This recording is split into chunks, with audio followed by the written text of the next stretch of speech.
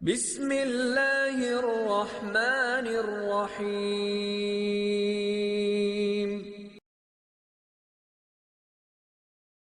السلام علیکم ورحمۃ اللہ وبرکاتہ۔ الحمد للہ رب العالمین وبہ نستعین ونصلی ونسلم علی رسول اللہ صادق الامین ومن تبعهم بإحسان إلى يوم الدین۔ اما بعد، فقد قال اللہ تبارک و تعالی فی القرآن المجید والفرقان الحمید: فاعوذ باللہ السمیع العلیم من الشیطان الرجیم من حمزہ ونفخہ ونفثہ وما خلقت الجن والانس الا لیعبدون۔ وقال تعالی فی موضع آخر: اللہ خالق کل شیء وهو علی کل شیء وکیل۔ معزز و محترم حاضرین مجلس، تمام تعریف اللہ تبارک و تعالیٰ کے لیے ہے، جس ذات حقیقی نے ہم کو پیدا کیا اور ہمیں زندگی گزارنے کا طریقہ اور سلیقہ سکھایا، جس رب نے ہماری ہدایت اور رہنمائی کے لیے انبیاء کرام کو مبعوث فرمایا، اور وہی رب ہمارا مالک، ہمارا حاکم، ہمارا مدبر ہے، اور کل قیامت والے دن بہترین فیصلہ فرمانے والا ہے۔ درود و سلام ہو ہمارے آخری نبی جناب محمد رسول اللہ صلی اللہ علیہ وسلم کی ذات مبارکہ پر، جنہیں اللہ تبارک و تعالی کائنات کی گمراہ انسانیت کے لیے آپ کو ہدایت کا ذریعہ بنا کر مبعوث فرمایا، آپ کی اطاعت اور اتباع میں ہر انسان کی کامیابی اور کامرانی رکھا۔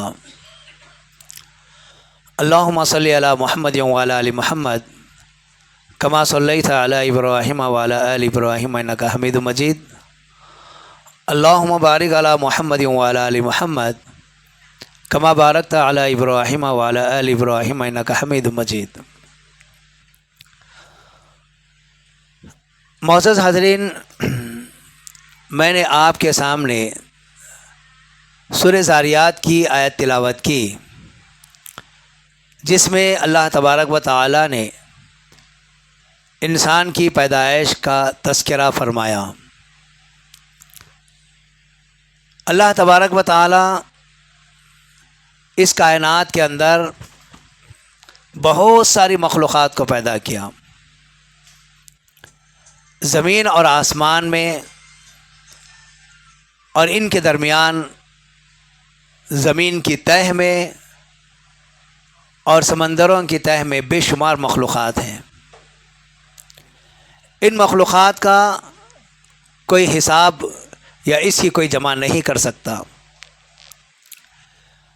اللہ تبارک و تعالیٰ نے کہا اللہ خالق کل شیء، اللہ کی ذات وہ ہے جو ہر مخلوق کو پیدا کی ہے، وہ علی کل شیء وکیل، اور وہ ساری مخلوقات پر نگہبان ہے۔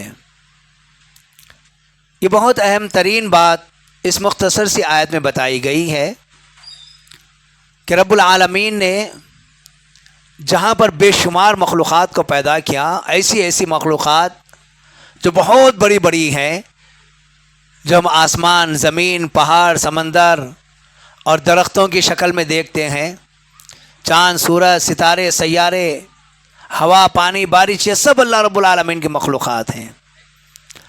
اور ذرات میں اتنے باریک مخلوق ہیں کہ وہ عام آنکھوں سے نظر بھی نہیں آتے، لیکن اللہ تبارک و تعالیٰ ان سب کا مالک ہے، ان سب کا نگران کار ہے۔ معمولی سے معمولی مخلوق کی حرکت کو وہ اللہ رب العالمین دیکھنے والا ہے. کوئی چیز ایسی نہیں ہے کہ اللہ تبارک و تعالیٰ کی نظر سے غائب ہو، یہ ایسا ہو ہی نہیں سکتا.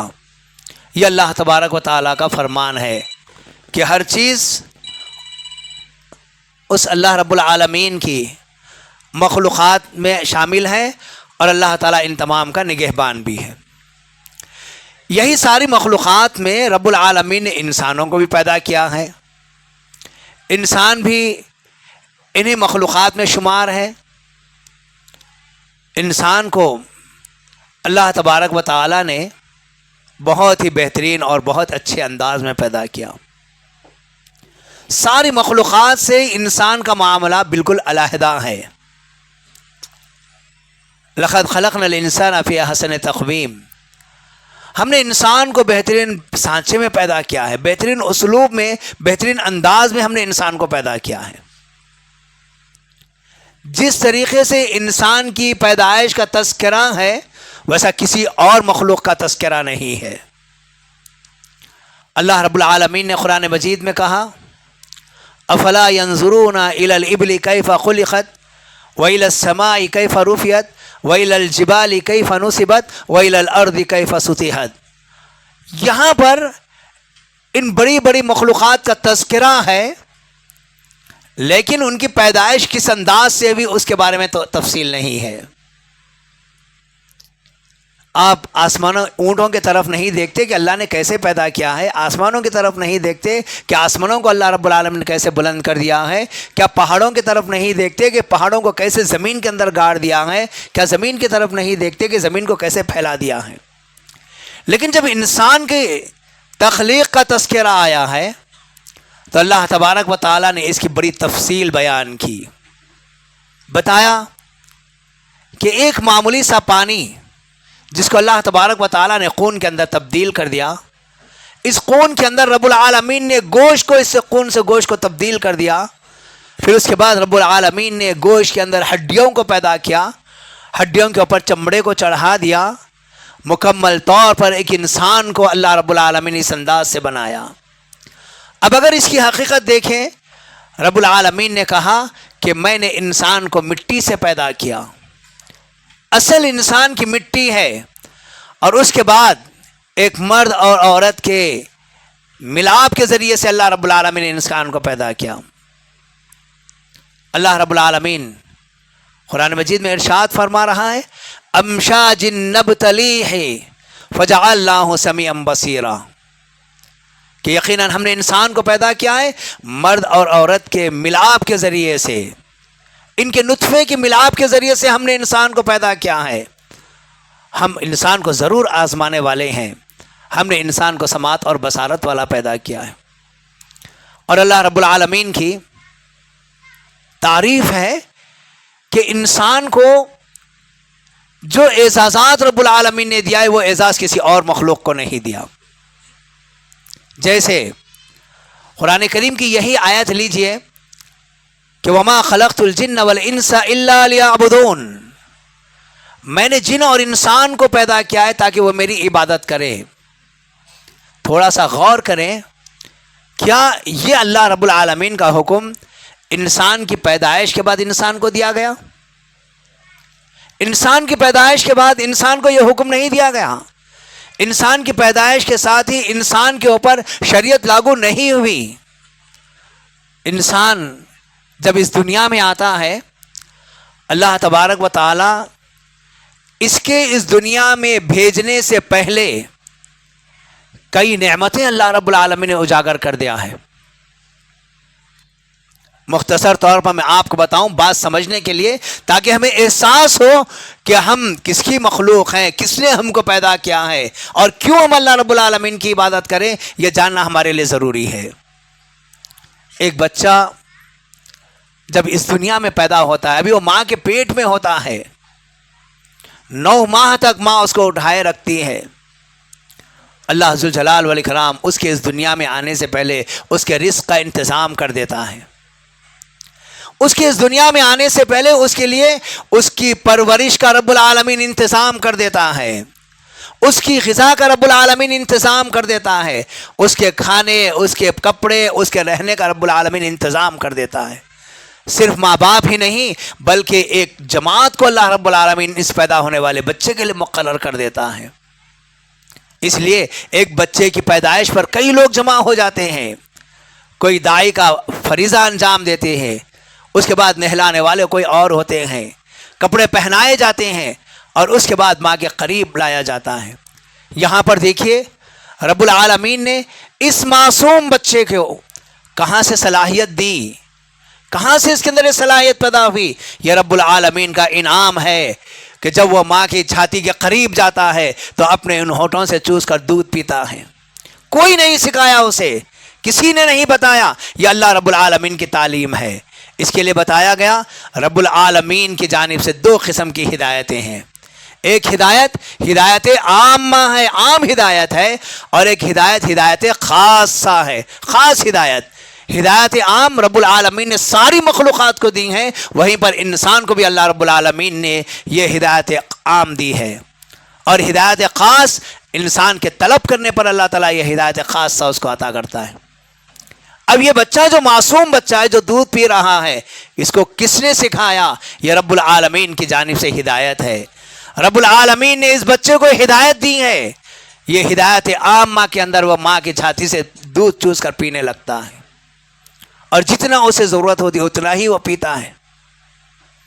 اور غور کر کے دیکھیے بچے کے اندر جسم کے سارے اعضاء موجود ہیں، آنکھ موجود ہے، کان موجود ہے، زبان موجود ہے، اور پھر ہاتھ اور پیر موجود ہے، کمر ہے، سب کچھ ہے، لیکن صحیح طور پر اس کے استعمال سے وہ قاصر ہے۔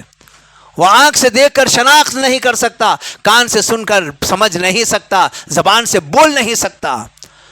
انسان کو یہاں پر احساس دلایا جاتا ہے تمہاری زندگی کیسی ہے دیکھ لو، ساری نعمتیں موجود ہیں، لیکن یہ عام طور پر ان ظاہری اعضاء کو تم استعمال نہیں کر سکتے۔ آہستہ آہستہ اللہ تبارک و تعالیٰ ایک ایک نعمت میں اضافہ کرتا ہے۔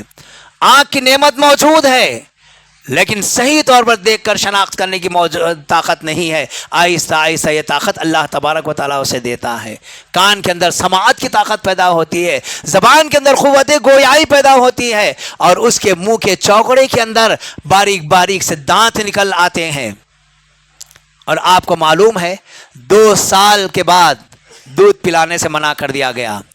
ایک بچے کو ماں 2 سال تک دودھ پلا سکتی ہے، اس کے بعد دودھ پلانا ماں کے اوپر منع کر دیا گیا ہے۔ 2 سال کے بعد دودھ نہیں پلا سکتے۔ وجہ کیا ہے؟ 2 سال کے بعد بچے کو اللہ رب العالمین ایک اور نعمت دیتا ہے، قوت حافظے کی، یاد کرنے کی قوت دیتا ہے اللہ تعالیٰ، حفظ کرنے کی قوت دیتا ہے۔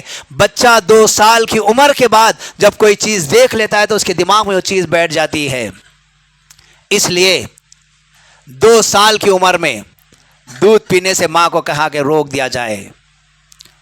دنیا میں اتنے انسان ہیں، کوئی انسان چاہے چھوٹا ہو یا بڑا یہ نہیں کہہ سکتا کہ میں نے اپنی ماں سے اس انداز سے دودھ پیا ہے۔ وہ بھلا دیا گیا، یہ اس وقت میں بھلا دیا گیا جب بچے کے اندر ابھی حافظے کی صلاحیت پیدا ہی نہیں ہوئی تھی، جبھی اس کا دودھ چھڑا دیا گیا۔ اللہ تبارک و تعالیٰ کی نعمتیں ہیں کہ ان آنکھوں سے دیکھنے والا بن گیا، کانوں سے سننے والا بن گیا، زبان سے بولنے والا بن گیا۔ اس کے بعد یہ بچہ آہستہ آہستہ پلٹنے والا بنتا، پھر اس کے بعد رینگنے والا، بیٹھنے والا، چلنے والا بنتا۔ کہاں سے چیزیں کس نے سکھائی ہیں؟ اور اس سے بڑی نعمت یہ ہے کہ اللہ تبارک و تعالیٰ یہ ماں باپ کے دل میں ان کے پیدا ہونے سے پہلے محبت ڈال دیتا ہے۔ ماں باپ دونوں بے چین و بے قرار ہوتے ہیں، اس کی پیدائش کے بعد وہ بہت زیادہ خوشی کا اظہار کرنے لگتے ہیں۔ یہ سب اللہ تبارک و تعالیٰ کی جانب سے ہے۔ اس بچے کی پیدائش سے پہلے اللہ نے ان کے دلوں میں محبت ڈال دیا، ان کے رشتہ داروں کے اندر اس کی محبت کو پیدا کر دیا۔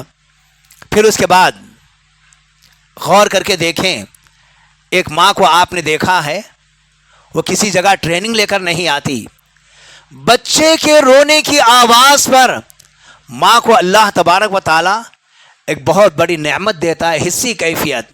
محسوس کر لیتی ہے. اس کے رونے کی آواز پر ماں کہتی ہے کہ بچے کو دودھ کی ضرورت ہے, بھوک اس کو لگی ہے. اس کے رونے کی آواز پر ماں کہتی ہے کہ پیشاب کر لیا ہے, یا پائخانہ یہ کر لیا ہے, یا اس کے تکلیف اس کے رونے کی آواز سے کہتی ہے کہ اس کے پیٹ میں درد ہو رہا ہے, یا اس کے کان میں درد ہو رہا ہے. یہ کہاں سے چیز آئی ہے؟ یہ اللہ رب العالمین کا انعام ہے جو اللہ تعالیٰ نے اس ماں کو دے دیا ہے جو نا تجربے کار ہے. پہلی اولاد اس کو ہوتی ہے لیکن وہ اس کی مکمل طور پر وہ پرورش کرتی ہے. کہیں آپ نہیں دیکھیں گے پہلی اولاد ہونے کی وجہ سے وہ لاپرواہی اس کے ساتھ کر رہی ہو.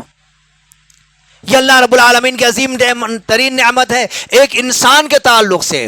اب اس کے بعد یہ بچہ آہستہ آہستہ بڑھنے لگتا ہے. ماں باپ کو ان کے لیے مقرر کر دیا گیا کہ ان کی صحیح تربیت کریں. جب یہ بات کرنے لگے تو انہیں اللہ اللہ سکھائے, انہیں تعلیم دے. 7 سال کی عمر کے ہو جائیں تو ان کے نماز کی ان کی تعلیم دے, اور 10 سال کے ہو جائیں تو ان کے بستروں کو بھی الگ کرے. 10 سال کے بعد اگر یہ نماز نہ پڑھے تو مار کر ان کو نماز پڑھائیں. اس کے بعد ابھی شریعت ان پر لاگو نہیں ہوئی ہے لیکن ماں باپ کو پابند کر دیا گیا ہے اپنی اولاد کی اسلامی طرز پر تربیت کرتے چلے جائیں. اللہ کے نبی صلی اللہ علیہ وسلم بھی بتاتے ہیں, بچوں سے کہتے ہیں کہ جب تم کھانا کھاؤ تو بسم اللہ کے ذریعے سے کھانا کھاؤ, سیدھے ہاتھ سے کھانا کھاؤ, برتن میں سامنے سے کھانا کھاؤ. یہ ہمارے نبی صلی اللہ علیہ وسلم کی تعلیم تھی ان معصوم بچوں کے لیے. ابھی ان پر شریعت لاگو نہیں ہوتی. اس کے بعد اللہ تبارک و تعالی ایک عظیم نعمت بلوغت کی کیفیت ان کے اندر پیدا کرتا ہے. جسم کے اندر ایک ہجانی کیفیت ان کے اندر آتی ہے.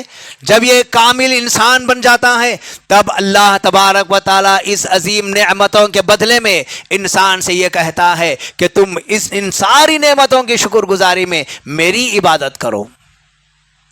ذرا غور کر کے دیکھیں, رب العالمین نے اتنی ساری نعمتیں دی ہیں, کیا اللہ تعالیٰ کسی ایک نعمت کا معاوضہ ہم سے طلب کیا ہے؟ اگر ایک نعمت کا معاوضہ اللہ طلب کرتا ہم ساری زندگی گزار دیں, اس ایک نعمت کا ہم بدلہ ادا نہیں کر سکتے. مثال کے طور پر اللہ تبارک و تعالیٰ اگر کسی کی ایک آنکھ سے کسی کو محروم کر دے, ساری دولت خرچ کرے, وہ اصلی آنکھ لا نہیں سکتا. کسی کو ہاتھ سے معذور کر دے, کسی کو پیر سے معذور کر دے, یا کسی کا دماغی توازن خراب کر دے, کوئی دنیا کی طاقت ایسی نہیں ہے کہ اس کو صحیح سلامت واپس لا. یہ اللہ ذوالجلال والاکرام کی عظیم ترین نعمتیں ہیں. ان ساری نعمتوں کی تکمیل کے بعد رب العالمین بندے سے یہ چاہتا ہے کہ تم میری عبادت کرو ان نعمتوں کی شکر گزاری میں. اور اس کے باوجود بھی بندہ اگر اس سے ہٹ کر کسی اور طرف چلا جائے, بہت دکھ اور افسوس کی بات ہے. اللہ رب العالمین نے ان ساری مخلوقات میں انسان کو اتنے پیارے انداز میں پیدا کرنے کے بعد رب کہتا ہے وَلَقَدْ كَرَّمْنَا بَنِي آدَمَ وَحَمَلْنَاهُمْ فِي الْبَرِّ وَالْبَحْرِ وَرَزَقْنَاهُمْ مِنَ الطَّيِّبَاتِ. اللہ تعالیٰ کا فرمان ہے ہم نے انسان کو عزت دی ہے, ہم نے انسان کو عزت دی ہے. اور یہ بات اللہ رب العالمین نے کسی اور مخلوق کے تعلق سے نہیں کہا, یہ صرف انسانوں کے تعلق سے کہا. ہم نے انسان کو عزت دی ہے, انسان کو بلندی کا مقام دیا ہے, اور ہم نے خشکی اور تری میں ان کے سواریوں کا انتظام کیا ہے, اور ہم نے ان کو پاکیزہ رزق دیا ہے. وَخَلَقْنَا كَثِيرٌ مِّمَّنْ وَفَضَّلْنَا كَثِيرًا مِّمَّنْ خَلَقْنَا تَفْضِيلًا. اور ہم نے ساری مخلوقات, بہت ساری مخلوقات میں انسان کو سب سے زیادہ برتری دی ہے. ساری مخلوقات جو اس کائنات میں پیدا ہوئی ہیں, اگر آپ غور کر کے دیکھیں اللہ نے ان ساری مخلوقات کو انسان کے تابع بنایا ہے, انسان کو کسی مخلوق کا تابع نہیں بنایا. چاند ہے, سورج ہے, ستارے ہیں, سیارے ہیں, یہ زمین ہے, یہ آسمان ہے, یہ پہاڑ ہے, یہ ساری چیزوں کے تعلق سے آپ دیکھیں اللہ رب العالمین آسمان کے تعلق سے کہتا ہے کہ ہم نے آسمان کو چھت بنا دیا, زمین کے تعلق سے کہتا ہے کہ ہم نے زمین کو بچھونا بنا دیا, پہاڑوں کے تعلق سے کہتا ہے کہ ہم نے پہاڑوں کو میخ بنا کر زمین میں گاڑ دیا. یہ چاند ہماری خدمت میں ہے, سورج ہماری خدمت میں ہے, ستارے ہماری خدمت میں ہے, اور یہ ہوا, یہ پانی, یہ ساری کی ساری چیزیں یہ انسان کی خدمت میں لگی ہوئی ہیں. اور انسان سے کیا چاہتا ہے اللہ رب العالمین؟ رب العالمین یہی چاہتا ہے کہ تم میری اطاعت کرو, میری عبادت کرو. یہ اللہ رب العالمین کا فرمان ہے. اور اس سے بڑی بات یہ ہے ایک تو اللہ تبارک و تعالیٰ نے اس کائنات میں ساری مخلوقات میں اعزاز کے ساتھ پیدا کیا، خوبصورت انداز میں پیدا کیا، ساری مخلوقات میں ایک اعلیٰ مقام انسان کو دے دیا، پھر اس سے بڑھ کر اپنی عظیم ترین نعمتوں سے نواز دیا۔ قرآن کریم میں اللہ رب العالمین نبی صلی اللہ علیہ وسلم سے فرماتا ہے قل بفضل اللہ، قل بفضل اللہ وبرحمتہ فبذلک فلیفرحوا هو خیر مما یجمعون۔ اے نبی صلی اللہ علیہ وسلم، آپ ان لوگوں سے کہہ دیجئے یہ اللہ کا فضل اور یہ اللہ کی رحمت ہے، فبذلک فلیفرحوا، پس چاہیے کہ لوگ اس سے خوش ہو جائیں، وخیر مما یجمعون، اور دنیا کی جتنی چیزیں جمع کر رہے ہیں ان ساری چیزوں میں سب سے بہتر چیز یہ اللہ کا فضل، یہ اللہ کی رحمت ہے۔ اللہ کے فضل اور اللہ کی رحمت سے مراد نبی کریم صلی اللہ علیہ وسلم فرماتے ہیں کہ اسلام کی دولت اور قرآن کریم کی یہ نعمت، یہ دو عظیم نعمتیں اسلام کی شکل میں، قرآن کریم کی شکل میں تمہارے حوالے کر دی گئی ہیں، فَبِذَلِكَ فَلْيَفْرَحُوا، پس چاہیے کہ تم اس پر خوشی منائیں۔ لیکن بہت افسوس کی بات ہے، آج ہم نے اس آیت کو نہیں سمجھا۔ عمر بن خطاب رضی اللہ تعالیٰ عنہ کے دور میں جب مال غنیمت میں بہت سارا مال آیا، مال غنیمت میں اونٹ بھی آ گئے، بکریاں بھی آ گئی، سونا آ گیا، چاندی آ گئی، عمر رضی اللہ تعالیٰ عنہ بیت المال کا جائزہ لے رہے ہیں، کیونکہ مسلمانوں پر اس سے پہلے انتہائی کٹھن حالات گزرے ہیں، کھانے کو کھانا نہیں تھا، پہننے کے لیے کپڑا نہیں تھا، بہت سارے مسائل ان کے پاس تھے۔ ایسے وقت میں اللہ تعالیٰ نے مال کی فراوانی کر دیا اور اتنا مال وہاں پر آ گیا، تو ایسے وقت میں ان کے غلام نے قرآن کریم کی یہ آیت تلاوت کی، قل بفضل اللہ وبرحمتہ فبذلک فلیفرحوا خیر مما یجمعون۔ عمر بن خطاب رضی اللہ تعالیٰ عنہ ناراض ہو گئے، اپنے غلام سے کہا کہ اس مال کے جمع ہونے پر اللہ تعالیٰ خوش ہونے کا حکم نہیں دیا، بلکہ اللہ تبارک و تعالیٰ نے جو قرآن کریم کی ان آیاتوں میں اپنے فضل اور اپنی رحمت کا تذکرہ کیا ہے، جس سے خوش ہونا ہے، وہ اسلام کی دولت ہے اور وہ قرآن کریم کی دولت ہے۔ اللہ تعالیٰ نے اسلام مل جانے اور قرآن کریم مل جانے سے خوشی کا اظہار کرنے کے لیے کہا ہے۔ تو عزیزان محترم، اگر دنیا میں کسی انسان کو دولت نہ ملے، کسی انسان کو رہنے کے لیے گھر نہ ملے، کھانے کے لیے صحیح طور پر کھانا نہ ملے، اسے پہننے کے لیے کپڑے صحیح طور پر نہ ملے، لیکن سب سے بہترین چیز اگر اسے اسلام مل گیا اور اسے قرآن کریم مل گیا، تو سمجھیے کہ دنیا کی سب سے بہترین نعمت اسے مل گئی، سب سے بڑی دولت اسے مل گئی، اور اسی دولت کی بنیاد پر کل قیامت والے دن وہ کامیاب و کامران ہوگا۔ اگر کسی انسان کو دنیا کے اندر ساری چیزیں مل رہی ہیں، ساری چیزیں اسے مل رہی ہیں، لیکن اگر اس کے پاس نہ اسلام موجود ہے، نہ قرآن کریم کی تعلیم اس کے پاس موجود ہے، تو ساری دنیا کی دولت لے کر بھی قیامت والے دن وہ کامیاب و کامران ہونے والا نہیں ہے۔ تو الحمدللہ ہم میں سے کوئی بندہ یہ نہیں کہہ سکتا کہ دولت ہم کو نہیں ملی، یہ اللہ کا احسان ہے۔ اللہ تبارک و تعالیٰ نے ہم کو یہ نعمت سے نوازا، ہمارے پاس آج اسلام کی دولت موجود ہے، قرآن کریم ہمارے ہاتھوں میں موجود ہے، لیکن کیا اس قرآن کریم کے مطابق ہم عمل کرنے کے لیے تیار ہیں؟ کیا ہم اسلام کے مطابق اللہ رب العالمین کی عبادتیں کرنے کے لیے تیار ہیں؟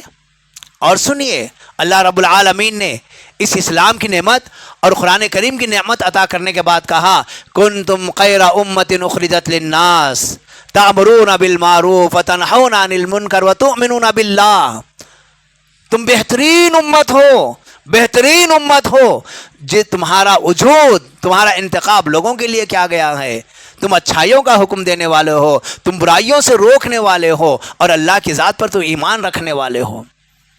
اور اللہ رب العالمین صرف خیر امت نہیں، اس امت کے بہترین طبقے میں ہم کو نہیں رکھا، رب العالمین نے کہا یہ امت امت شہداء ہے، یہ امت وسط ہے، یعنی سارے امتوں پر جتنے انبیاء کرام سابقہ میں گزر چکے ہیں، ان سارے انبیاء کرام کی امتوں پر نبی صلی اللہ علیہ وسلم کی یہ امت، یعنی ہم کل قیامت والے دن سب پر گواہی دینے والے ہیں۔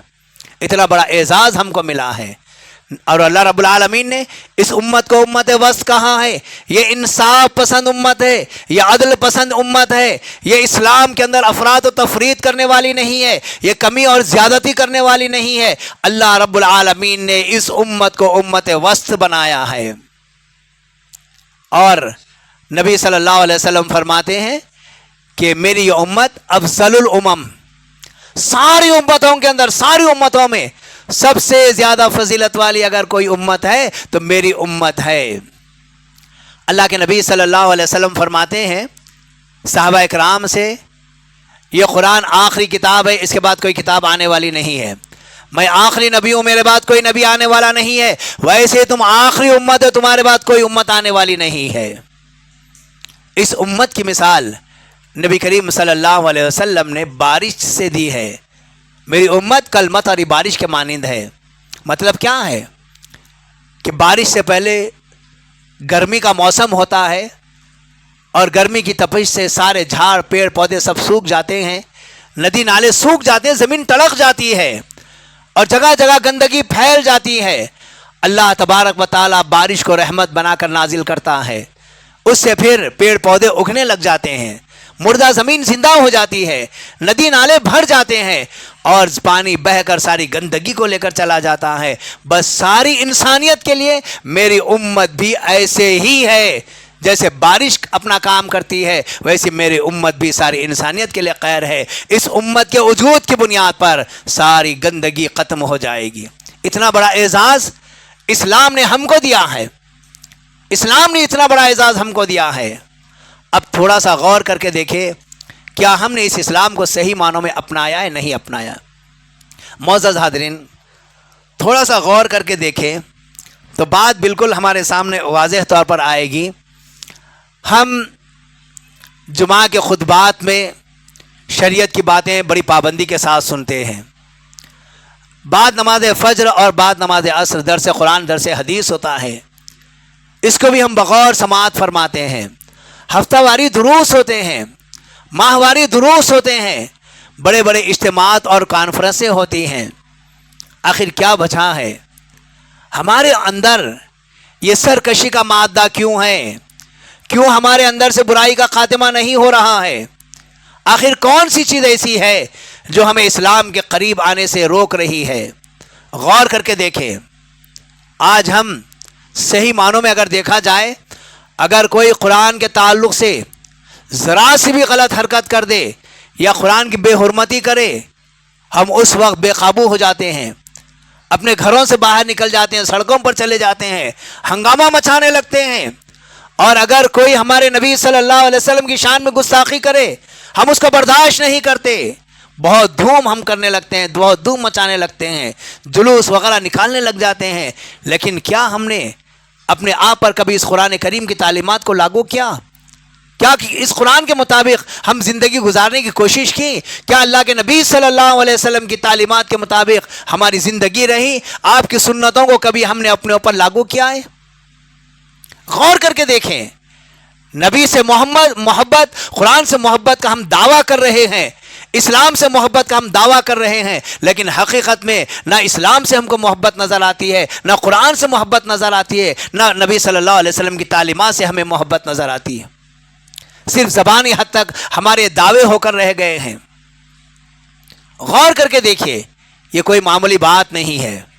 پھر اس بات پر کیا ہمارا ایمان نہیں ہے کہ ہم نے جس دین کو اپنایا ہے، ہم میں سے کوئی نہیں کہہ سکتا کہ یہ ہمارا دین ادھورا ہے، کوئی بھی اس کا انکار نہیں کر سکتا۔ اللہ تبارک و تعالیٰ نے ایک ایسے دین کو ہمارے حوالے کیا ہے جو سارے دینوں کے اندر غالب دین ہے، سارے ادیان کے اندر سب سے غالب دین ہمارا دین اسلام ہے۔ کیا ہم میں سے کوئی اس کا انکار کرے گا؟ کوئی اس کا انکار نہیں کر سکتا۔ اور ہمارا اس بات پر یقین بھی ہے کہ اللہ تبارک و تعالیٰ نے اس دین کی حفاظت کی ذمہ داری اپنے اوپر لی ہے۔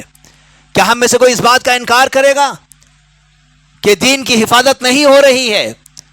ایک دو باتیں میں آپ کو بتا دوں گا، اس سے آپ کو بھی اندازہ ہو جائے گا کہ دین کی حفاظت کیسے ہو رہی ہے۔ مامون رشید کا دور ہے، مامون رشید کا دور ہے۔ مامون رشید کے دور میں سالانہ اسلامی کانفرنس منعقد ہوتی اور اس میں بہت دور دراز سے لوگ سفر کر کے آتے اور اس اسلامی کانفرنس میں شریک ہوتے۔ ایسے وقت میں مامون رشید نے دیکھا کہ ایک بندہ ہے جو صورت اور شکل سے مسلمان نظر نہیں آتا۔ بعد میں اس کو بلایا اور پوچھا تو کہا کہ میں فلاں مقام کا رہنے والا ہوں اور میں یہودی ہوں۔ مامون رشید نے کہا کہ تم اسلام قبول کر لو، مسلمان بن جاؤ، اور میں اپنی حکومت میں فلاں حصہ تمہارے حوالے کر دوں گا، تمہاری ذمہ داری میں دے دوں گا۔ اس نے کہا کہ میں قبول نہیں کروں گا، چھوڑ دیے۔ 1 سال کے بعد جب وہ دوبارہ اس کانفرنس میں شریک ہوا، مامون رشید نے اس کو دیکھا، پہچان گئے کہ یہ وہی شخص ہے جو گزشتہ سال آیا تھا۔ کانفرنس کے اختتام پر اس کو بلایا اور کہا کہ تم فلاں شخص ہو؟ کہنے لگا ہم فلاں شخص ہوں۔ تم وہی یہودی ہو؟ کہنے لگا نہیں میں مسلمان ہوں۔ تعجب کیے، میں نے تمہیں اسلام کی دعوت دیا تھا، تم نے انکار کر دیا، اور آج کہہ رہے ہو کہ میں مسلمان بن گیا۔ تو اس نے کہا کہ میرے مسلمان بننے کا سبب یہ ہے کہ میں نے 3 آسمانی کتابوں کو لیا، قرآن مجید کو لیا، انجیل کو لیا، تورات کو لیا، اور تینوں کتابوں کے اندر میں نے رد و بدل کر دیا، تحریف میں نے تینوں کتابوں میں کر دی۔ تورات کے اندر تبدیلی کر کے یہودیوں کے حوالے جب میں نے کیا، یہودی میری تبدیل شدہ تورات کو لیا، اس کو قبول کر لیا اور میری عزت اور تکریم کی۔ میں نے انجیل کے اندر تبدیلی کیا اور عیسائی رہبروں کے پاس جب میں پہنچا، انہوں نے میری تحریف شدہ انجیل کو قبول کر لیا اور میری بڑی عزت اور تکریم کی۔ میں نے قرآن کریم کے اندر تبدیلی لائی، اور میں ایک عالم کے پاس جب قرآن کریم کو پیش کیا، دیکھتے ہی اس نے رد کر دیا، یہ قرآن نہیں ہو سکتا، اس کے اندر تبدیلی ہے۔ مجھے احساس ہوا کہ اس وقت دنیا کے اندر اگر کوئی کتاب محفوظ ہے جس کی ذمہ داری رب العالمین نے لیا ہے، انا نحن نزلنا الذکر و انا لہ لحافظون، تو یہ قرآن مجید ہے۔ اسی بنیاد پر میں اسلام کے اندر داخل ہو گیا، اور ہمارا اور آپ کا یہ ایمان ہے قیامت تک اس کتاب کے اندر کوئی تبدیلی نہیں آ سکتی، انشاءاللہ اس میں کوئی نہیں لا سکتا۔ ہارون رشید کے دور کا بھی واقعہ ہے۔ ایک آدمی بے دین ہو گیا، ہارون رشید کے حکم پر جب اس کو سولی کا حکم نافذ کیا گیا، سولی پر لٹکانے کے لیے لے جایا جا رہا تھا، تو اس نے لوگوں کی طرف دیکھ کر کہا کہ لوگوں خوش ہو جاؤ، آج تم مجھے سولی دے رہے ہو، میں نے تمہارے نبی کی 1000 حدیثوں کے اندر حلال کو حرام سے تبدیل کر دیا، حرام کو حلال سے تبدیل کر دیا، اب کیا کر لو گے؟ آج تو تم لوگ مجھے سولی دے رہے ہو، میں نے تمہارے نبی کی 1000 حدیثوں کے اندر رد و بدل کر دیا، حلال کو حرام سے، حرام کو حلال سے بدل دیا۔ ہارون رشید نے کہا ویحک یا عدو اللہ، افسوس ہے تجھ پر اے اللہ کے دشمن، کیا تو سمجھتا ہے کہ تیرے احادیث کے اندر رد و بدل سے رد و بدل ہو جائے گا؟ جب تک ہمارے پاس ابو اسحاق اور عبداللہ بن مبارک رہیں گے، کوئی حدیث کے اندر کوئی تبدیلی نہیں لا سکتا۔ یہ وہ شخصیتیں ہیں صحیح اور غلط کو الگ الگ کر کے رکھ دیں گے۔ الحمدللہ ہمارا یہ اس بات پر ایمان ہے کہ ہمارا دین یہ بالکل محفوظ ہے، اس دین میں کسی کو کمی اور زیادتی کی کوئی گنجائش نہیں ہے۔ جیسے ابھی آپ نے دیکھا میلاد النبی کے نام پر لوگوں نے عید کی نمازیں پڑھنی شروع کر دی، خطبات دینے لگے۔ آج تک جو لوگ اپنے منہ بند رکھے ہوئے تھے، وہی لوگ اپنی زبانیں کھول کر کہنے لگے کہ ان لوگوں نے جو حرکت کی ہے یہ بالکل غلط حرکت کی ہے۔ اور جن لوگوں نے نماز پڑھی، خطبہ دیا، وہ اپنی زبان سے کہنے لگے کہ ہم سے سب سے بڑی غلطی ہو گئی کہ ہم نے نماز پڑھی اور خطبہ بھی دیا۔ اس طریقے سے اگر کوئی دین کے اندر تبدیلی لانا چاہے، تبدیلی نہیں لا سکتا۔ ایسے دین اللہ رب العالمین نے ہمارے حوالے کیا ہے۔ ہم میں سے کوئی اس بات پر شک کرے گا کہ ہمارے دین کے اندر کمی اور زیادتی کی کوئی گنجائش ہے؟ عبداللہ بن عباس رضی اللہ تعالیٰ عنہ کہتے ہیں لا یحتاجون معہ الی زیادۃ ابدا، اس دین اسلام کے اپنانے کے بعد کسی انسان کو کسی زیادتی کی کوئی ضرورت نہیں ہے۔ اب اس میں کسی اور چیز کو لا کر داخل کرنے کی کوئی ضرورت نہیں ہے، کیونکہ یہ دین مکمل دین ہے، اب کسی اور زیادتی کی ضرورت نہیں ہے۔ کیا ہم نے اس دین کو اپنایا یا نہیں اپنایا ہے؟ کیا ہمارا اس بات پر ایمان ہے یا نہیں ہے کہ ہم نے جس دین کو اپنایا ہے وہ دین کامل دین ہے، وہ دین مکمل دین ہے، اس دین کے اندر کمی و بیشی کی کوئی گنجائش نہیں ہے۔ اور اللہ رب العالمین نے بھی اس دین کی تکمیل کے تعلق سے کہا الیوم اکملت لکم دینکم واتممت علیکم نعمتی ورضیت لکم الاسلام دینا، کہ آج میں نے تمہارے اوپر اس نعمت کو مکمل کر دیا، اس دین کو مکمل کر دیا، اور میں اس نعمت سے راضی بھی ہو گیا۔ اس کے باوجود ہمارے اس دین پر عمل نہ کرنے کی وجہ کیا ہے؟ آخر ہم کیوں اس دین سے دور ہوتے چلے جا رہے ہیں؟ کیا ہم اس اسلام کے علاوہ کوئی اور اسلام چاہ رہے ہیں؟ افغیر دین اللہ یبغون، کیا ہم اسلام کے علاوہ، اس دین کے علاوہ کوئی اور دین چاہتے ہیں؟ اللہ رب العالمین یہ سوال کر رہا ہے۔ اگر ہم یہاں پر اس بات کو نہیں سمجھیں گے، کل قیامت والے دن اللہ رب العالمین کے سامنے جواب دینا پڑے گا۔ اللہ سوال کر رہا ہے، اتنے سارے دین کے آپ کے سامنے اوصاف بیان کیے گئے ہیں، ایک دین کامل دین ہے، مکمل دین ہے، آسمانی دین ہے، محفوظ دین ہے، مکمل دین ہے، یہ دین تمہارے حوالے کیا گیا اور تم اس دین کو اپنانے کے لیے تیار نہیں ہے، تو کیا اس دین کے علاوہ کوئی اور دین تم چاہتے ہو؟ جبکہ اللہ رب العالمین نے کہا کہ دیکھو، آسمان اور زمین کی ساری چیزیں، آسمان اور زمین کی ساری چیزیں اللہ چاہتے ہوئے نہ چاہتے ہوئے اللہ رب العالمین کی فرما برداری میں لگی ہوئی ہیں۔ وَإِلَيْهِ يُرْجَعُونَ، اور سب کے سب اسی کی طرف لوٹ کر جانے والے ہیں۔ آج ہم دنیا کے اندر عالیشان مکان بنا لیں، یا ہمارے پاس اللہ رب العالمین کی جانب سے بے شمار دولت حاصل ہو جائے، یا ہم شاہانہ زندگی گزارنے والے بن جائیں، لیکن یہ بات ہمارے ذہن سے نہیں نکلنا چاہیے کہ ایک نہ ایک دن موت آنے والی اور ہم کو لوٹ کر اسی رب کی طرف جانا ہے۔ یہ احساس ہمارے دلوں کے اندر ہونا لازم ہے۔ اگر یہ احساس ہمارے دلوں سے نکل جائے گا، ہم بے حیائی اور بے غیرتی کی زندگی گزار لیں گے، لیکن لوٹ کر اللہ تعالیٰ کی طرف جانا ہی ہے۔ ہم چاہیں یا نہ چاہیں، ہم مانیں یا نہ مانیں، ہمیں لوٹ کر اللہ کے سامنے جانا ہے اور اللہ کے سامنے ہمیں حساب و کتاب دینا ہے۔ پھر کیا وجہ ہے؟ اس کی ایک وجہ یہ ہے کہ ہم نے دین اسلام کی عظمت کو نہیں جانا، اللہ تبارک و تعالیٰ کی عظمت کو ہم نے نہیں جانا۔ اگر ہم اللہ کی عظمت کو جان لیتے، اللہ کے مقام اور مرتبے کو ہم جان لیتے، یقین جانیے ہم دین کی عظمت کو بھی جان لیتے۔ دین سے جو ہماری دوری ہے، ہم ہمارے خالق کو نہیں پہچانے، اس دین کے بھیجنے والے، اس شریعت کو پیدا کرنے والے کو ہم نہیں جانے۔ اگر ہمارے دل و دماغ میں یہ بات بیٹھ جائے کہ کائنات کی سب سے عظیم ذات اللہ رب العالمین کی ذات ہے، اس سے بڑھ کر کوئی اور نہیں۔ ایک یہودی نے نبی کریم صلی اللہ علیہ وسلم کی خدمت میں حاضر ہوا اور حاضر ہو کر کہا کہ اے محمد، ہم اپنی تورات کے اندر اللہ تبارک و تعالیٰ کی قدرت کو پاتے ہیں کہ کل قیامت والے دن اللہ تبارک و تعالیٰ زمینوں، آسمانوں، پہاڑوں، درختوں، سمندروں کو اپنے ان انگلیوں کے اوپر لے لے گا۔ نبی صلی اللہ علیہ وسلم اس کی بات سن کر مسکرا دیے، آپ کے داڑھ نظر آنے لگے۔ اس کے بعد آپ نے کہا وما قدر اللہ حق قدری، جیسے اللہ کی قدر کرنی چاہیے تھی ویسے اللہ کی قدر نہیں کیے۔ پھر اس کے بعد نبی صلی اللہ علیہ وسلم نے فرمایا کل قیامت والا دن اللہ تبارک و تعالیٰ اپنی انگلیوں کے اوپر آسمانوں کو، زمینوں کو، پہاڑوں کو، سمندروں کو، انسانوں کو، جانوروں کو، سب کے سب مخلوقات کو اپنے ان انگلیوں پر لے لے گا۔ یہ اللہ تعالیٰ کی عظمت ہے۔ آج یہ بڑے بڑے آسمان ہے، یہ پھیلی ہوئی زمین ہے، یہ وسیع و عریض سمندر ہے، اور یہ انتہائی بڑے بڑے پہاڑ نظر آ رہے ہیں، یہ سب کے سب اللہ تعالیٰ کی انگلیوں پر جمع ہو جائیں گے۔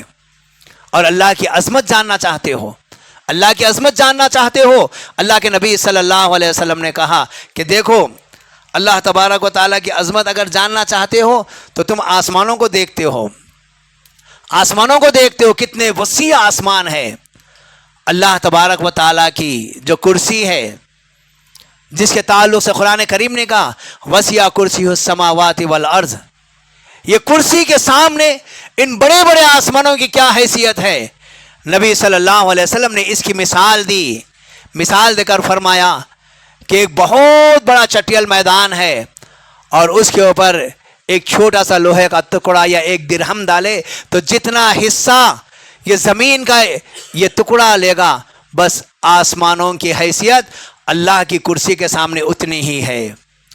اللہ کی کرسی اتنی وسیع کرسی ہے کہ یہ آسمانوں کی حیثیت ایک لوہے کے ٹکڑے یا ایک درہم کی مانند اتنی جگہ لینے والا ہے۔ پھر اس کے بعد اللہ کے نبی صلی اللہ علیہ وسلم فرماتے ہیں یہ کرسی جس پر اللہ کے قدم ہوں گے. اللہ تو عرش پر مستوی ہے. اس عرش کے سامنے اس کرسی کی حیثیت کیا ہوگی؟ نبی صلی اللہ علیہ وسلم فرماتے ہیں ایک چٹیل میدان، بہت وسیع میدان ہے، اس میں ایک لوہے کا ٹکڑا یا ایک درہم ڈال دیا جائے تو جتنی جگہ یہ ٹکڑا لے گا، بس اللہ کے عرش کے سامنے اللہ کی کرسی کی وہی حیثیت ہے. اور اس پر مستوی ہونے والے رب کا اندازہ لگائیے، کیسے اس کی عظمت ہے، کیسے اس کا مقام ہے. اور وہ اس عرش پر مستوی ہو کر ساری کائنات کے نظام کو چلانے والا ہے. وہ علی کل شیء وکیل، ہر مخلوق پر وہ نگہبان اور نگران کار ہے. ہماری کوئی حرکت اس رب سے چھپی ہوئی نہیں ہے. کیا ہم نے اپنے رب کی عظمت کو جانا؟ نہیں جانا. اگر آپ رب کی عظمت کو جاننا چاہتے ہیں، آپ اذان سے لے کے نماز کو دیکھ لیں، اللہ کی عظمت ہی عظمت نظر آئے گی. ورنہ ہر شے میں اللہ کی عظمت ہے. اس سے پہلے ایک بات بھی جان لیں. عبداللہ بن مسعود رضی اللہ تعالیٰ عنہ کہتے ہیں کہ میں میرے غلام کی غلطی پر غلام کو مار رہا تھا، بہت غصے میں تھا، غلام پر کوڑے برسا رہا تھا. مجھے آواز آئی، اعلم یا ابا مسعود، اعلم یا ابا مسعود، اے ابو مسعود جان لو، اے ابو مسعود جان لو. اس کے بعد ابو مسعود کہتے کہ میں بہت زیادہ غصے میں تھا، میں توجہ نہیں دیا، لیکن جیسے وہ آواز قریب آئی میں نے پلٹ کر دیکھا، اللہ کے نبی صلی اللہ علیہ وسلم ہے، تیزی کے ساتھ آ رہے ہیں اور کہہ رہے اعلم ابا مسعود، اے ابو مسعود جان لو. یہ سننا تھا نبی صلی اللہ علیہ وسلم کی آواز. میرے ہاتھ سے کوڑا زمین پر گر گیا. نبی صلی اللہ علیہ وسلم تشریف لائے. اللہ اقدرک علیک ھذا الغلام، اے ابو مسعود آج تم اس غلام پر جو قدرت حاصل کیے ہوئے ہو، اللہ اس سے کہیں زیادہ قدرت تمہارے اوپر رکھنے والا ہے. آج تم غلام کو مار رہے ہو اور یہ سمجھ رہے میرے اندر اتنی طاقت، اتنا غلبہ ہے، یہ میرا غلام ہے، میں اس کا مالک ہوں، تم اس کو مارے جا رہے ہو. اس سے کہیں زیادہ قدرت اللہ تبارک و تعالیٰ تمہارے اوپر رکھنے والا ہے. ابو مسعود کہتے ہیں اے اللہ کے نبی صلی اللہ علیہ وسلم، آپ گواہ رہیے، حر لوجہک، حر لوجہ، میں اس رب کی چہرے کے خاطر یا اس رب کے عظمت کے خاطر اس غلام کو آزاد کر دیتا ہوں. اللہ کے نبی صلی اللہ علیہ وسلم نے فرمایا اے ابو مسعود، اگر آج تم اس وقت اس غلام کو آزاد نہیں کرتے، کل قیامت والے دن جہنم کی آگ تمہارے چہرے پر لپیٹ دی جاتی کہ آج تم نے غلام پر اتنی زیادتی کی ہے.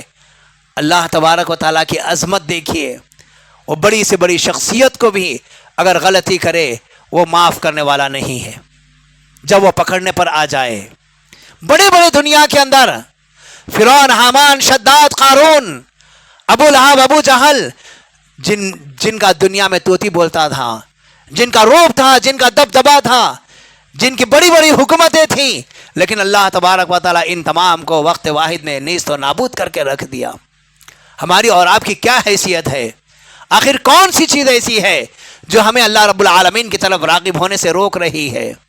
جان لیجئے اللہ کی عظمت کو ہم نے نہیں جانا، اس رب کے مقام کو ہم نے نہیں جانا. وہ بڑے عظمتوں والا رب ہے، بڑی عظمتوں والا رب ہے.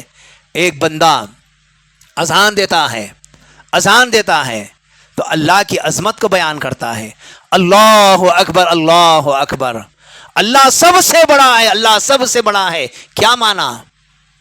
ہمارے کاروبار، ہماری تجارت، ہمارا لین دین، ہماری مصروفیات، یہ کوئی چیز بڑی نہیں ہے. اس وقت کی بادشاہت بھی ہمارے لیے بڑی نہیں ہے. اگر اس کائنات میں سب سے بڑی ذات اگر کسی کے تو اللہ ذوالجلال والاکرام کی جو عرش پر مستوی ہے.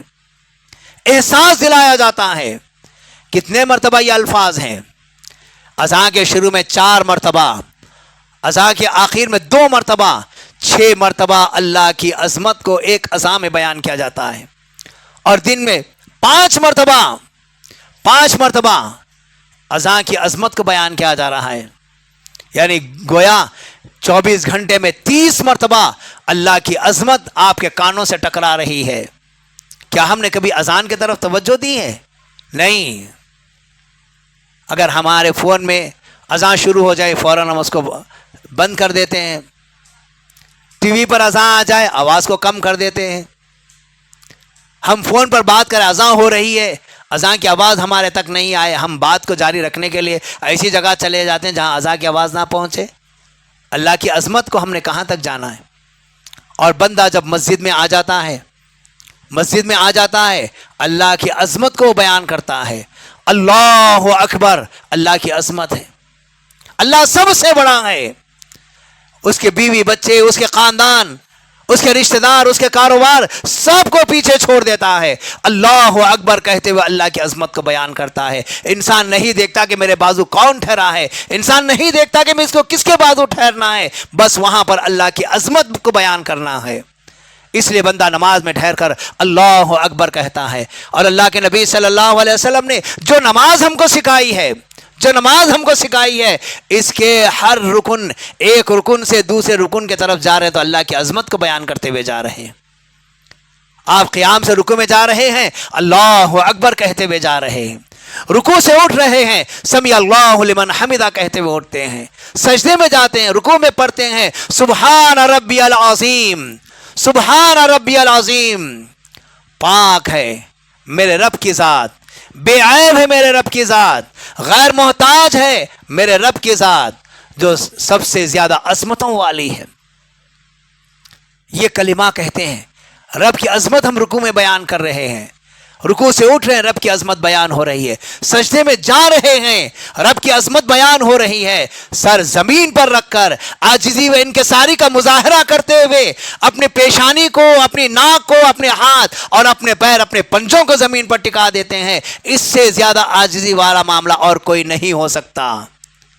دنیا میں انسان سر جھکاتا ہے یا پیٹ میں منڈی ڈال دیتا ہے, لیکن یہاں رب کے سامنے ساتھ اپنی ہڈیوں کو زمین پر ٹیک کر اپنی عاجزی و انکساری کا اظہار کرتے ہوئے رب العالمین کی عظمت کا اقرار کرتا ہے. سبحان ربی العالی.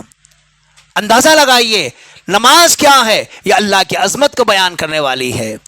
اور جب بندہ اٹھتا ہے اللہ کی عظمت کو بیان کرتا ہے, ایک رکن سے دوسرے رکن میں جا رہا ہے, اللہ کی عظمت کو بیان کر رہا ہے. معزز حاضرین, اتنا سب کچھ کرنے کے بعد ہم کبھی اس جانب توجہ نہیں دیے, ہمارا دل اس جانب مائل نہیں ہوا, ہم دین سے آہستہ آہستہ دور ہوتے چلے جا رہے ہیں. بتائیے کون سی ایسی چیز ہے جو ہمیں دین سے دور کر رہی ہے؟ بات یہی سمجھ میں آئے گی کہ ہم نے اپنے رب کی عظمت کو نہیں جانا, اپنے رب کے مقام کو نہیں پہچانا. ایسے دن گزر جائیں گے, موت ہماری قریب آ جائے گی. اور یاد رکھیے ایک ایک لمحہ جو ہمارا گزر رہا ہے, ایک دن تو چھوڑ دیجیے آپ, ایک ایک لمحہ جو ہمارا گزر رہا, جو ختم ہو رہا ہے, یہ ہماری زندگی کو ختم کر رہا ہے. ایک منٹ گزر گیا, زندگی کا ایک منٹ ہم سے ختم ہو گیا. اور اس کے بعد آگے ہم جیسے جیسے یہ ختم ہو رہا ہے آہستہ آہستہ ہم اپنے موت کے قریب پہنچ رہے ہیں. اعمال کا خاتمہ ہونے والا ہے. یہاں پہنچنے کے بعد ہمارے توبہ کے دروازے بند ہونے والے ہیں. جیسے ہی ہم موت کے آغوش میں جائیں گے یہ دنیا سے ہمارا تعلق ختم ہو جائے گا. سوال و جواب بالکل تیار ہمارے لیے ہے. خبر میں سوالات کے جواب دینا ہے. بس یوں سمجھیے ہماری آنکھ بند ہوئی, ہماری آخرت کی منزل شروع ہو گئی. کیا ہم نے تیاری کر رکھی ہے؟ آئے دن دیکھ رہے ہیں فلاں کا ایکسیڈنٹ ہو گیا, فلاں اس انداز سے مر گیا, فلاں کا ہارٹ اٹیک ہو گیا, کسی کی دماغ کی رگیں پھٹ گئی, کسی کے گردے فیل ہو گئے. غرض یہ آئے دن بے شمار واقعات ہمارے سامنے موجود ہیں. ہم کہتے ہیں کہ فلاں صاحب نظر نہیں آ رہے, اطلاع ملتی ہے کینسر ہوا, ان کا انتقال ہو گیا. کیا ہم نے احساس کیا؟ کیا ہم نے اپنے آپ کو سدھارنے کی کوشش کی؟ یاد رکھیے یہ بے حسی کی زندگی ہمیں نقصان پہنچا کر رہے گی اور ہم کبھی کامیاب و کامران ہونے والے نہیں ہیں. معزز حاضرین, بات آپ کو بہت بری لگے گی, زندگی کے ہم بہت بڑا حصہ گزار چکے ہیں. پتہ نہیں آگے کتنے سال یا مہینوں کے بعد ہماری موت واقع ہو جائے گی, لیکن ہم نے اب تک اپنے آپ کو مسلمان نہیں بنایا.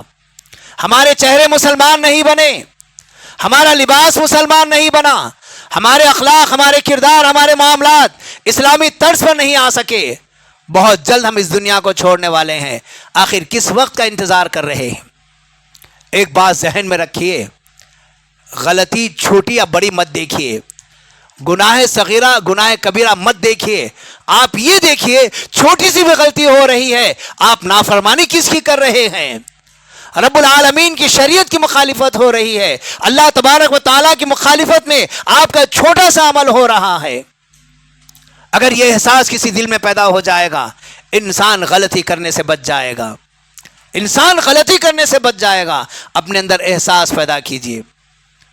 نبی صلی اللہ علیہ وسلم اس دین کو پہنچانے کے لیے کیا کیا تکلیفیں نہیں اٹھائے، صحابہ اکرام کی کیا خدمات نہیں رہی، کتنے صحابہ اکرام کو اپنی جان اور اپنے مال کا نذرانہ پیش کرنا نہیں پڑا، صرف اسی دین کے خاطر۔ انتہائی تکالیف کے ساتھ، مشکلات کے ساتھ، مصائب کے ساتھ وہ اپنی زندگی گزارے، صرف اس دین کی سربلندی کے لیے۔ معزز حاضرین، نبی صلی اللہ علیہ وسلم، آج حقیقت میں اپنی بات کو انشاءاللہ بہت جلد ختم کروں گا، شاید وقت بھی ہو گیا، ختم کرنا ہے نہیں، ایک 4-5 منٹ، تھوڑی دیر اور اگر آپ اجازت دیے تھے نا تو ختم، کیونکہ آپ لوگ کافی تھک گئے شاید بیٹھے بیٹھے۔ دیکھیے ہمارے نبی صلی اللہ علیہ وسلم بہت تکلیف اٹھائے، بہت حد سے زیادہ تکلیف اٹھائے، سمجھے۔ ام المومنین عائشہ صدیقہ رضی اللہ تعالی عنہ کہتی ہیں کہ ہمارے گھر میں 2 مہینے تک چولہا نہیں جلتا سالن بنانے کے لیے، 2 مہینے تک۔ اتنی تکلیف کیوں اٹھا رہے ہیں اس امت کے خاطر؟ آپ کے بھانجے نے سوال کیا عائشہ رضی اللہ تعالیٰ عنہ سے، پھر آپ کا گزارا کیسے ہوتا؟ تو عائشہ رضی اللہ تعالیٰ عنہ کہتی ہیں کہ ہمارے پڑوس میں بکریاں ہیں، وہ تحفتاً بکری کا دودھ ہمیں دے دیتے ہیں، اسی پر ہمارا گزارا چلتا ہے۔ گھر کا حال یہ ہے نبی صلی اللہ علیہ وسلم کے کہ ایک سائلہ آئی سوال کرنے والی، عائشہ رضی اللہ تعالیٰ عنہ نے دیکھا کہ سائلہ سوال کرنے والی عورت جو بالکل کالی کلوٹی ہے، اس کے ساتھ چھوٹے چھوٹے 2 بچے ہیں، آ کر مانگ رہی ہے، پورے گھر میں تلاش کرتے ہیں۔ ایک ہی کھجور رکھا ہوا تھا جو عائشہ رضی اللہ تعالیٰ عنہ نے نبی کریم صلی اللہ علیہ وسلم کے لیے اٹھا کر رکھا تھا، لیکن سوال کرنے والی عورت آئی، اس کے ساتھ 2 بچے ہیں، وہ کھجور اٹھا کر اس کو دے دیا، اس نے کھجور کو چیرا، 2 ٹکڑے 2 بچوں کو دے دیا۔ یہ نبی صلی اللہ علیہ وسلم کا گھر کا حال ہے۔ نبی صلی اللہ علیہ وسلم دعا کرتے ہیں، اللہم احینی مسکنا وامیتنی مسکنا وحشرنی فی یوم القیامت زمرۃ المساکین۔ اے اللہ مجھے زمین پر زندہ رکھنا تو مسکینی حالت میں زندہ رکھنا، اے اللہ میری موت آئے تو حالت مسکینی میں میری موت آئے، اے اللہ کل قیامت والے دن میرا حشر کرنا تو وہ مسکین جماعت کے ساتھ میرا حشر فرمانا۔ ام المومنین عائشہ رضی اللہ تعالی عنہ نے سوال کیا کہ اے اللہ کے نبی صلی اللہ علیہ وسلم آپ نے ایسی دعا کیوں کی؟ تو اللہ کے نبی صلی اللہ علیہ وسلم فرماتے ہیں، عائشہ تم نہیں جانتے کہ ان مالداروں سے مسکین لوگ 40 سال پہلے جنت میں داخل ہوں گے، اس لیے میں نے ایسے دعا کی ہے۔ اور صرف آپ نے دعا کی حد تک اس مسئلے کو نہیں رکھا۔ ام المومنین عائشہ رضی اللہ تعالیٰ عنہ کہتی ہیں کہ جس رات نبی صلی اللہ علیہ وسلم کی آخری رات تھی، میں چاہتی تھی کہ اللہ کے نبی صلی اللہ علیہ وسلم کے چہرے کو دل بھر کر دیکھ لوں، لیکن میرے گھر میں جلانے کے لیے تیل موجود نہیں تھا۔ میں نے اپنے پڑوسن سے تیل مانگا تاکہ چراغ جلاؤں، نبی صلی اللہ علیہ وسلم کے چہرے کو دل بھر کر دیکھوں۔ یہ نبی صلی اللہ علیہ وسلم کی گھر کی کیفیت تھی۔ یہ نبی صلی اللہ علیہ وسلم فرماتے ہیں اگر میں اللہ سے دعا کرتا تو اللہ تعالیٰ احد پہاڑ کو میرے لیے سونے کا بنا دیتا، لیکن میں دنیا کو ترجیح نہیں دیا۔ اللہ کے نبی صلی اللہ علیہ وسلم پر جو ایمان لانے والے تھے وہ غریب لوگ بہت زیادہ تھے۔ اللہ کے نبی صلی اللہ علیہ وسلم نے اسی غربت کو پسند کیا، اس اسلام کے خاطر، اپنی امت کے خاطر آپ نے ایسی ایسی تکلیفیں برداشت کی۔ صحابہ اکرام کی زندگیاں ہمارے سامنے موجود ہیں، کیسی کیسی اذیتیں دی صرف اس دین کے خاطر۔ کتنے صحابہ اکرام جنہوں نے اپنی جانوں کو قربان کر دیا۔ آج حقیقت میں ہم اللہ کے نبی صلی اللہ علیہ وسلم کی ذات سے محبت کرتے ہیں، اللہ کے نبی صلی اللہ علیہ وسلم کی دعوت سے ہماری محبت نہیں ہے۔ اگر واقعی ہمیں اللہ کے نبی صلی اللہ علیہ وسلم کی دعوت سے محبت ہوتی تو ہماری یہ کیفیت نہیں ہوتی۔ ہماری اگر ہم کو کوئی دیکھ لے جان لیتا کہ اللہ کے نبی صلی اللہ علیہ وسلم کا ماننے والا ہے یا اللہ کے نبی کا متبع ہے یا اللہ کے نبی کا فرما بردار ہے۔ معزز حاضرین، آخری بات یہ، ہم نبی سے اس لیے محبت کرتے ہیں، ہمارے نبی صلی اللہ علیہ وسلم کو ہم سے بہت محبت تھی، ہم سے بہت محبت تھی۔ ایک دن اللہ کے نبی صلی اللہ علیہ وسلم نے کہا کہ مجھے اپنے بھائیوں سے ملنے کی خواہش ہے۔ صحابہ اکرام کہنے لگے ہم آپ کے بھائی نہیں ہیں۔ نبی صلی اللہ علیہ وسلم نے کہا کہ تم میرے صحابی ہو، میں اپنے ان بھائیوں کی بات کر رہا ہوں جو میرے بعد آئیں گے، مجھ پر ایمان لائیں گے، میرے طریقے پر رہیں گے۔ صحابہ نے پوچھا آپ انہیں پہچانیں گے کیسے جو آپ کے بعد آئیں گے؟ تو اللہ کے نبی صلی اللہ علیہ وسلم نے کہا کل قیامت والے دن اللہ تعالیٰ مجھے حوض کوثر عطا کرے گا، میں حوض کوثر پر جاؤں گا، اس کے بعد میری امت کو آواز دی جائے گی، ان امتی یدعون یوم القیامت غرا محجلین من اثر الوضوء، میری امت کو کل قیامت والے دن پکارا جائے گا، ان کے چہرے، ان کے ہاتھ، ان کے پیر اعضائے وضو، جو وضو کرتے تھے یہ لوگ، اس کی وجہ سے ان کے اعضاء چمک رہے ہوں گے، اس بنیاد پر ان کو بلا کر میرے پاس لایا جائے گا۔ اب جو دنیا میں وضو کرنے والا نہیں رہے گا وہ تو نبی صلی اللہ علیہ وسلم کے قریب پہنچنے سے محروم رہے گا، نہ ان کا چہرہ چمکے گا، نہ ہاتھ نہ پیر چمکیں گے نہیں، اور وہ بلائے بھی نہیں جائیں گے۔ اور ایسے سارے بدعتی جو جلوس نکالنے والے ہیں، جلسے کرنے والے ہیں، بدعت و خرافات کرنے والے ہیں، اگر ان کے چہرے چمکدار بھی ہوں گے، نبی صلی اللہ علیہ وسلم کے قریب پہنچنے سے پہلے پردہ حائل کر دیا جائے گا، اور نبی کہیں گے سوخن سوخن لمن غیر بادی، ان کو دور کر دو، دھتکار دیں گے جو میرے بعد میرے دین کے اندر تبدیلی لا لیے۔ اور یہ نبی صلی اللہ علیہ وسلم ہم سے اتنی محبت کرتے کہ ایک دن نبی کریم صلی اللہ علیہ وسلم رو رہے تھے، تو اللہ رب العالمین تو سب جاننے والا ہے، اس کے باوجود جبرائیل علیہ السلام کو ایک حجت پوری کرنے کے لیے بھیجا، جاؤ جبرائیل معلوم کرو کہ محمد صلی اللہ علیہ وسلم کیوں رو رہے ہیں۔ تو اس کے بعد جبرائیل علیہ السلام آگے دریافت کرتے ہیں، تو اللہ کے نبی صلی اللہ علیہ وسلم کہتے ہیں کہ میرے باپ ابراہیم اور میرے بھائی عیسیٰ علیہ السلام اپنی اپنی امتوں کی فکر کر کے رویا کرتے تھے، مجھے بھی اپنی امت کی فکر ہے، میں اپنی امت کی فکر میں رو رہا ہوں۔ دیکھیے ہمارے نبی صلی اللہ علیہ وسلم کو ہم سے کتنی محبت تھی۔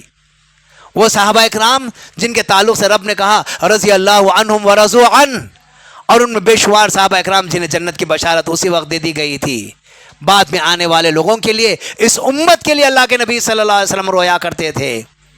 پھر اللہ رب العالمین نے کہا جاؤ جبرائیل محمد صلی اللہ علیہ وسلم کو پیغام دے دو، بشارت دے دو، کل قیامت والے دن آپ کی امت کے ساتھ وہ سلوک کیا جائے گا جس سے آپ بہت زیادہ خوش ہو جائیں گے۔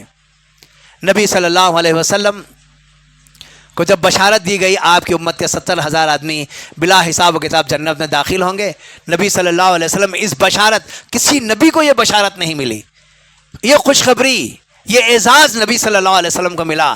جیسے یہ اعزاز ملا آپ اٹھ کر رب سے دعا کرنے لگے اے اللہ اس میں مزید اضافہ فرما دے۔ رب العالمین نے جبرائیل علیہ امین کے ذریعے کہا کہ جاؤ ہر 1000 کے ساتھ 70,000 آدمی بلا حساب و کتاب جنت میں داخل ہو جائیں گے۔ یہ نبی صلی اللہ علیہ وسلم کی محبت تھی اس امت سے، اور یہ امت اس نبی کی باغی بن گئی ہے، نبی صلی اللہ علیہ وسلم کے طریقے پر چلنے کے لیے تیار نہیں ہے۔ آپ کے اخلاق، آپ کے کردار، آپ کا حلیہ، آپ کا نمونہ، آپ کی جیسی گفتار، اس کے لیے بندہ تیار نہیں ہے۔ ایک ایک مسئلے میں دیکھے کیسے ہم اللہ کے نبی صلی اللہ علیہ وسلم کی مخالفت کرتے چلے جا رہے ہیں۔ بتانے کی ضرورت نہیں ہے، ہر انسان اپنے آپ کا محاسبہ کر لے، اپنے نفس کا جائزہ لے لے، اپنے اعمال کو دیکھ لے، کہاں تک وہ نبی صلی اللہ علیہ وسلم کی تعلیمات پر عمل کر رہا ہے اور کتنا وہ اللہ کے نبی صلی اللہ علیہ وسلم کی تعلیمات سے دور ہو رہا ہے۔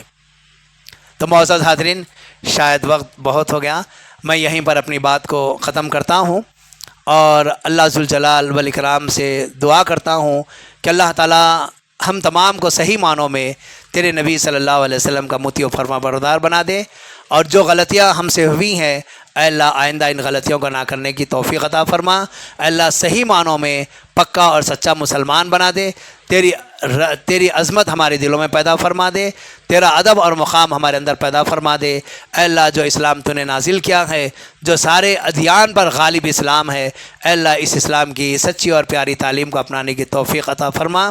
معزز حاضرین، آخری بات آپ کے سامنے رکھ دوں، اللہ رب العالمین نے کہا الذین یستمعون القول فیتبعون احسنا، کہ وہ لوگ جو اس قول یعنی قرآن کریم کی باتوں کو غور سے سنتے ہیں اور اس کی اچھی باتوں پر عمل کرتے ہیں،